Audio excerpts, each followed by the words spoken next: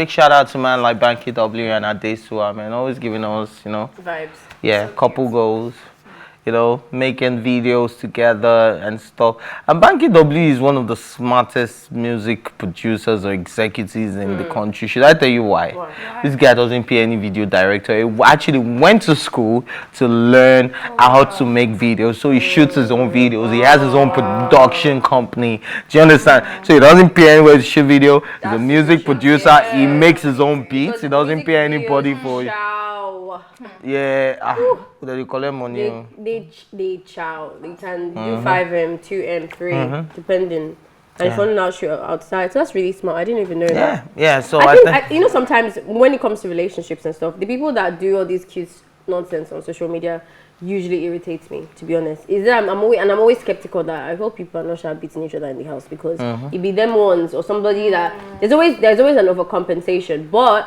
When it comes to Adesiwa and Banky, because I like to do amebo, I've heard that people who are super close to them say that they actually love themselves just as much, even off social media, when nobody is looking, and that that the two of them had hoped and longed for somebody like each other. So they're just very happy to be in each other's presence and together and stuff like that. So I'm very happy that it works out for them, and it's not just because I feel like sometimes you can get a bit carried away and start doing a performative relationship because you get ons in the comment section, so you now continue to do things that'll give us ons, but this is legit, like genuine true love. And I'm happy for all right, so let's move on to the next story. This one is on music producer Samuel Ogwachuba, popularly known as Samklef, who has stated that he didn't believe in heaven or hell, that he doesn't believe in heaven or hell because he believed that heaven is on earth.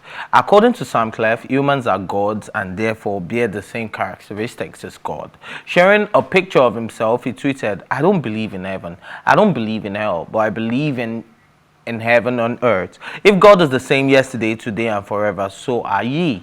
Bright star from the east." He also called on Africans to believe in themselves through God rather than place their beliefs on religion. Is it making sense? If he thinks it's making sense to him, I think there's something very powerful about a man awakening, is what I call it. Like when you have been able to define the existential question that works for you, right? Because everybody battles with that. And I know we're the only alive race that does that. That questions where are we from and what's going to happen when we die. Nobody else fathoms those kind of questions. So whatever it is in your awakening that you think is comfortable for you, that works for you, that genuinely works for you, gives you peace. I feel like you would even know when you've entered into that awakening moment of like, this is it, and this is my purpose, and this is my drive, or whatever. Things just align. And so if that works for Samklef, even though I don't understand what he's saying, but if that works for Samklef, then who am I to say that? Because 90% of the things that people do in terms of religion does not make sense to me. And so, but I feel like there's some people that I'm always like, I make it a mission to go and have a conversation with them because I think they are doing this whole thing really wrong because it's producing bad vibes. But if I see that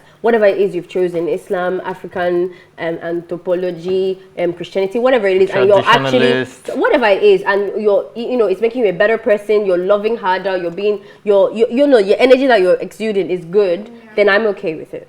That's my take. Yeah, I think I'll go with you because it is your own decision, and like I've always said, the church is in your heart, and your beliefs are your beliefs, right? It's personal. A lot of people don't feel the need to go to church, but they believe in God.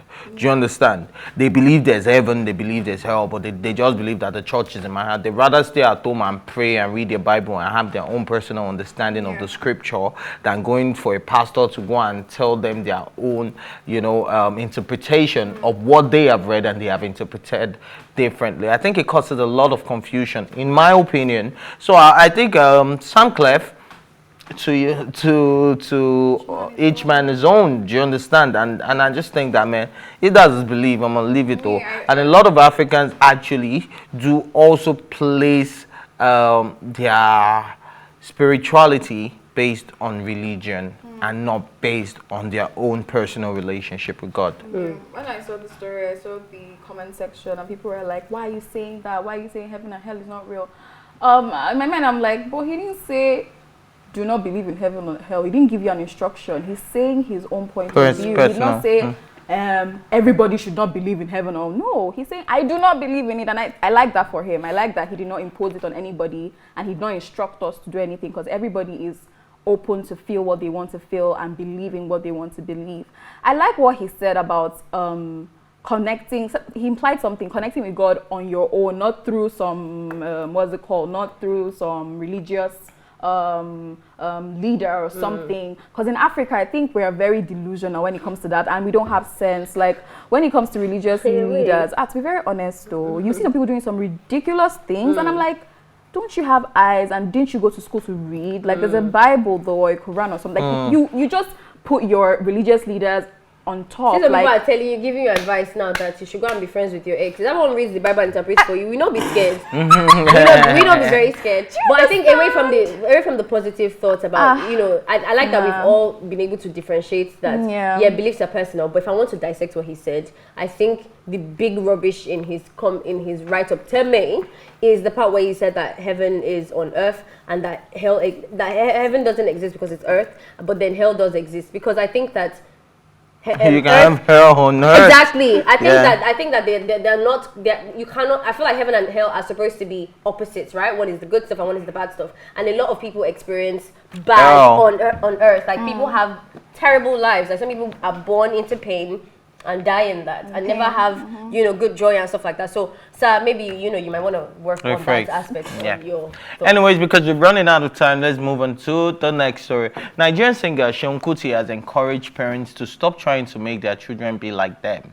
The music star made this known through his Instagram page. He wrote, "We must stop betraying the true saints, the pure of heart, our children. Be more like them and don't make them like you. You are damaged. Get the sacks," he wrote. Sean's post has gathered a lot of reactions from his celebrity friends and fans on his Instagram page, with most of them agreeing to what they call deep truth. What do you guys think?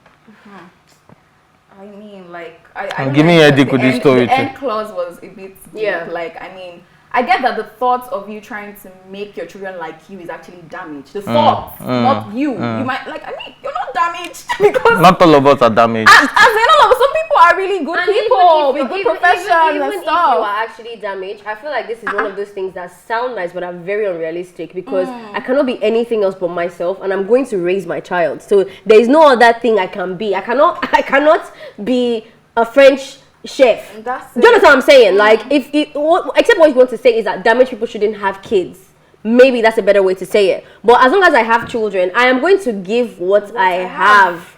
And if what I have is broken, then that's what you're getting.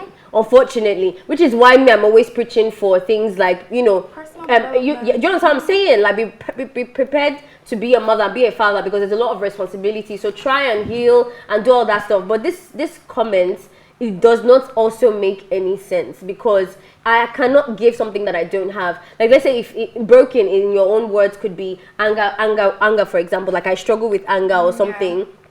That does not go away because I'm a parent. So my child's going to be exposed to that. Like, do you understand what I'm saying? So, I mean, yes, give your child the freedom to choose what they want to do. But at the end of the day, my child is going to take all of me, and they're going to see all of me, and there's nothing I can do about that. Right.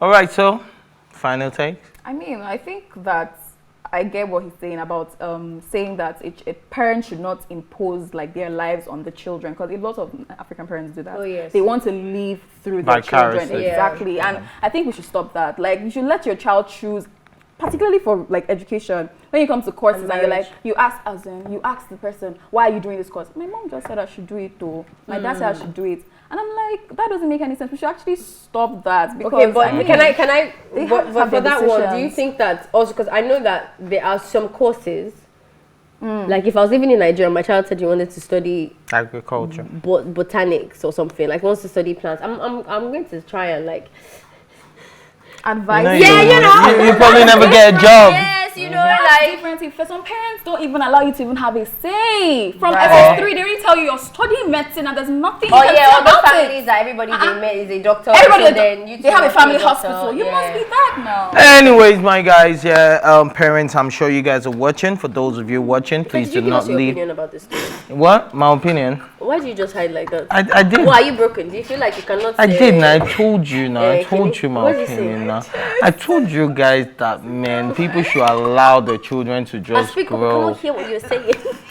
Anyways, guys, yes, I'm sure you guys enjoyed the show. And to all the parents watching out there, please do not live vicariously through your children. Let them live their lives because you lived yours. And that is a wrap for me today. But thanks for watching. Join the conversation on social media with the hashtag TEATIME. Remember, you can catch up on our previous episodes, including this one and all our exclusive content, by subscribing to our YouTube channel at PlusTvAfrica Lifestyle. You can also watch TEATIME on Alto TV and, of course, in London on Ben Television. A big thank you goes out to my co-anchor, Ife Omai and Neymar, for keeping it real with me and, of course, the entire production team. Thank you for watching PlusTvAfrica's TEATIME. My name is Ife Oshunkeye. Let's go.